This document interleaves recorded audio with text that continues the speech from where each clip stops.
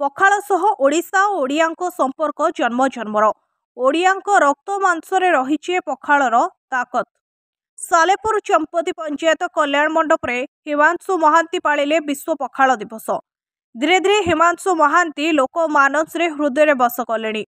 जेकोसी पर्वपर्वाणी रे हिमांशु महांती निज परिवार रे न पाली जनमानस रे पालुछंती। सेमिति आज पखाल दिवस रे विभिन्न प्रकार व्यंजन करी दधी पखाल आयोजन करथिले। ए पखाल दिवस रे शताधिक महिला और पुरुष जोगदे पखाल दिवस को पालिथिले।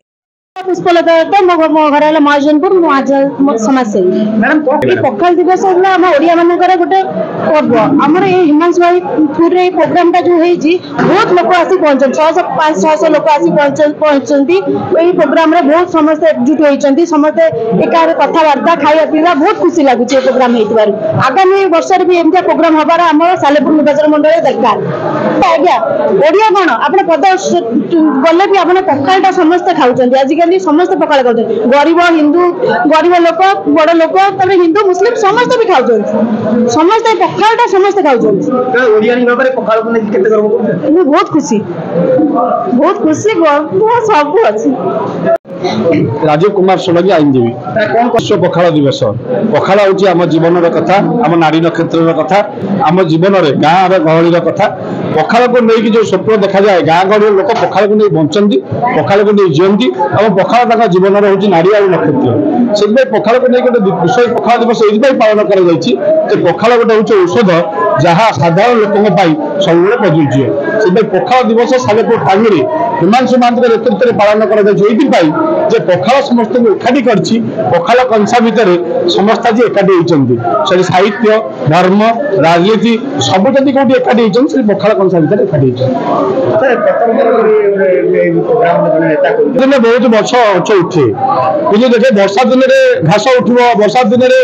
ओस्त गछ उठो वर्षा दिन में बर गछ उठो कि आर वर्ष वर्षा दिन को अपेक्षा करने पड़ो से घास पाद तलार जीव आउ कि गछ अच्छी दला बछा बछी जीव जी बर गछ हो जी ओस्त गछ हो जार संभावना थी जी लोक सहित संपर्क रखी से निश्चित भाव में ये टांगी सालापुर निजक प्रतिष्ठित कर राजनीति किए के होर्डिंग मारला किए के बोर्ड मारला किए के लोक पाखे निज परिचय तैयारी कला बड़ कथा नुहे लोक विश्वास जिणा हो राजनीतिर मूल लक्ष्य और नेतृत्वर मूल लक्ष्य। पखाल टाक लोक समझ कौन पखाल आम जीवन नारी नक्षत्र पखाल पिज लंका जो जीवन से आपण मैंने देखते चाषी मान इतिहास हूँ पखाल तेणु पखाल सहित राजनीति को जोड़ा उचित नुह राजनीति आरंभ हो पखाल जिते आप नेता होती सब पखाल हापुड़ जीवन आरंभ करजेपी संगठन प्रथम प्रभु जगन्नाथ ये हूँ पखाल से राति झील पखाल न खाले शुणुना सेमती ओडिया मान असुविधा कह गले जहाँ घर पखाल नहीं से ओडिया बोली आम गणती करेमती घर ना जगह पखाल है ओडिया आज दिवस मार्च 20 तारीख पखाल दिवस आम पालन ये समस्ते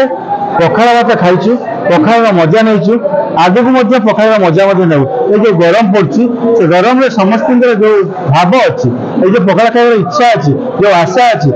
जो क्लांत को त्याग कर पखाल खाइबा नित्याନ୍ତ आवश्यक। मैं प्रभु जगन्नाथ प्रार्थना कर सालेपुर पखाल दिवस सब पालन करूँ टांगी सालेपुर समस्त केमी आगे को जीव ता प्रभु जगन्नाथ प्रार्थना कर आगे जाओ। आज ये जो दिन ना पखाल हूँ गोटे भल खाद्य जोटा कि स्वास्थ्य भल रहे गोटे चाषी घरे जो पखाल खंडे अच्छी से हल कर लुण लोक लगे से पखाल खाई भल शांति से रहीपर